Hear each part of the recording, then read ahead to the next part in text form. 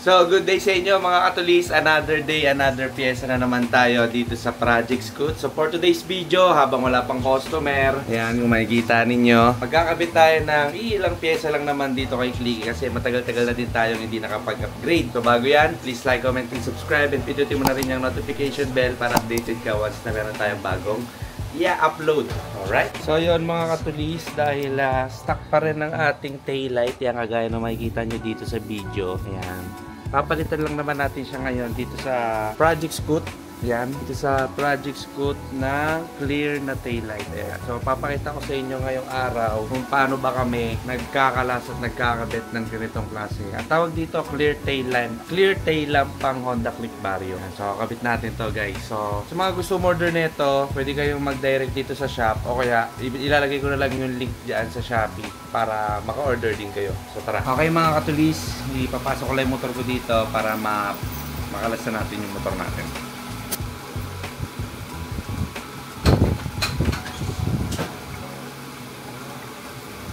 So mga katulis, ito lang naman yung mga tatanggalin natin dyan. Itong U-box, yan. Tapos itong kanyang cover, yan, alisin na natin to. Yan. Tapos tatanggalin lang natin tong buong kaha para makakuha natin tong pinaka headlight natin. Ay yung tail lamp, yung tinawag. So tara, alisin muna natin to. Okay, tara. Alas tayo guys.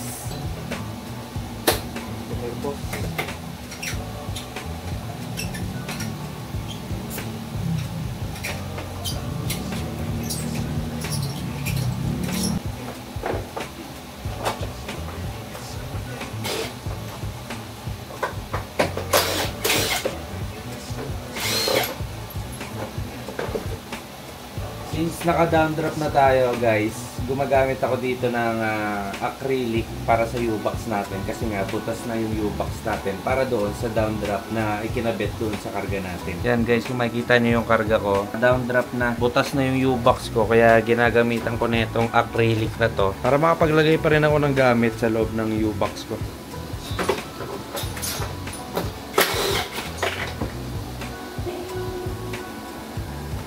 Take note guys na kailangan yung sikwatin tong dulo na to, itong magkabilang dulo na to para may angat nyo to. Tapos meron din siyang dalawang tornilyo dito sa ilalim. Yan, kung makikita nyo dyan, merong dalawang tornilyo dyan sa ilalim. Gamitan nyo lang ng Phillips screw para matanggal ninyo. Okay? So tara, ikutin natin to. Gagamit tayo ng ganitong klase ng tools para tanggal natin siya. Gaganyanin nyo lang. Okay. Tapos, hugot na yan. Tanggalan natin yung pinakakahan natin mga katulis. So, dito meron lang tayong 4 na tornilyo na tatanggalin. 4 na yun mga katulis. Ito yun. Isa, dalawa. Kabila din ganun. Dalawa. So, tara. Kalasin na natin ito.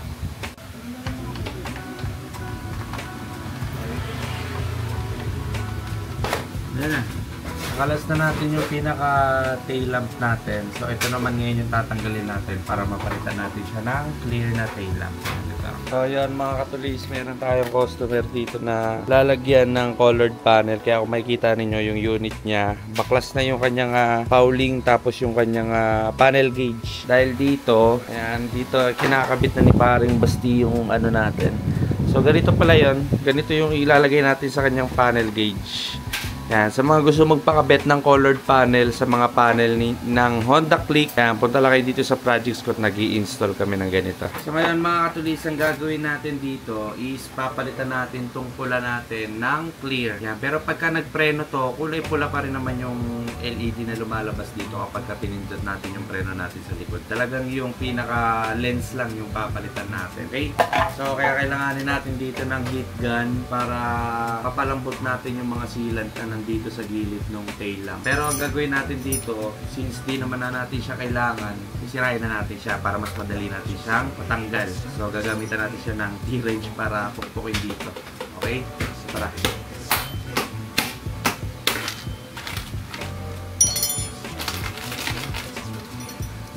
Yung butas na siya, pwede na natin siyang hinitin.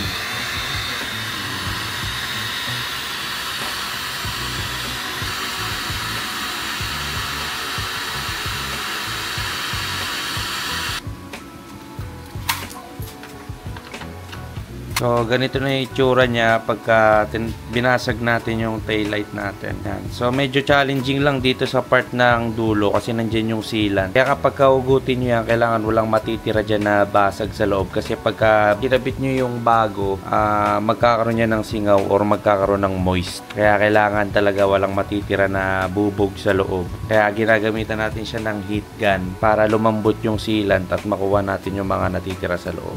So, tuloy lang natin tong pagbasag natin dito, guys. Okay mga katulis, update. Yan. Dito na lang. Dito sa side na to, wala na. Dito na lang sa kabila. Yan na lang yung tatanggalin natin. Tekta salpak na rin kasi to. So, kapag mag-i-install pala kayo ng mga clear taillight lens, so kaya kung anumang ikakabit ninyo, basta tatanggalin nyo to, wag nyong babasahin basta-basta yung motor ninyo at least 2 days para dumikit ulit ng puro yung sealant na nandito. So, hindi na natin siya lalagyan ng sealant kasi pag tinanggal nyo naman niya, may matitira pang sealant dito, guys.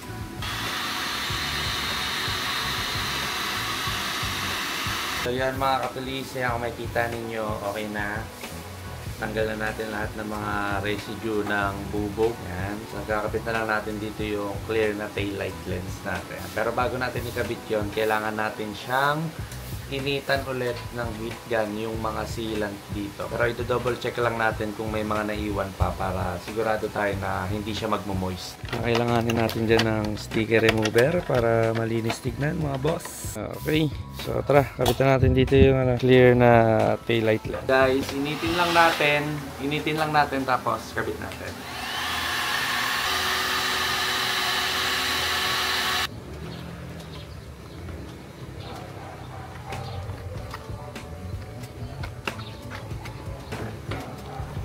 Yan na.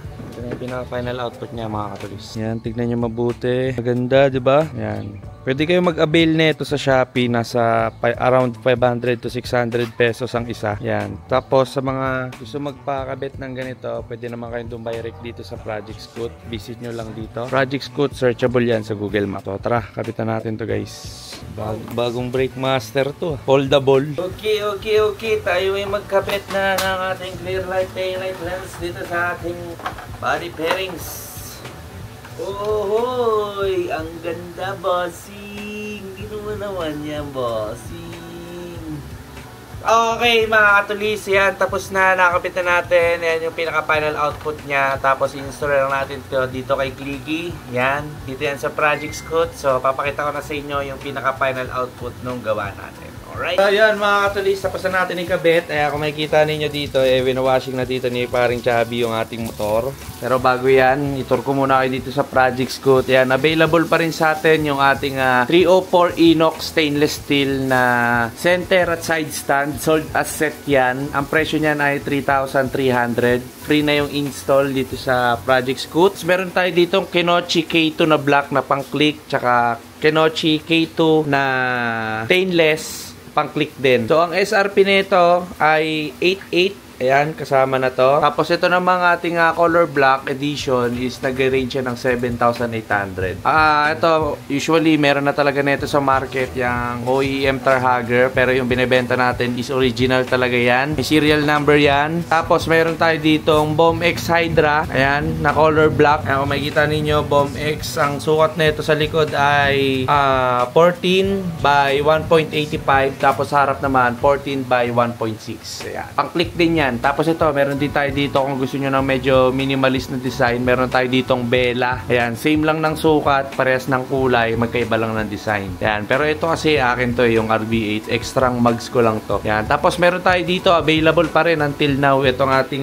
Kita na quick throttle. Ayan, pag nag-avail kayo nito, ang presyo nito ay 1,950. Bundle na yan, kasama na yung handle grip cable, tsaka yung mismong quick throttle. Ayan, available siya sa color silver, tsaka color black. Ang presyo pala ng Bella natin, 6,500 SRP. Tapos sa Hydra, 6,995 SRP lang din. Yan. Tapos yung mga brake master natin, meron din tayo dito. Yan. Pwede naman kayo magpunta dito sa Project Scoot kahit na may dala na kayong pyesa. So, bali, labor na lang. Kami na lang yung mag-i-install if ever na willing kayo magpa-fitment check dito sa Project Scoot. Located nga pala kami sa Binangonan, Rizal. Searchable siya sa Google and Waze. Search nyo lang Project Scoot. Alright? So, bigyan ko na kayo ng magandang montage dito sa ating clear na tail lamp. Alright! Thank you for watching guys. Please like, comment, and subscribe. Alright? Alam nyo na yan. Go!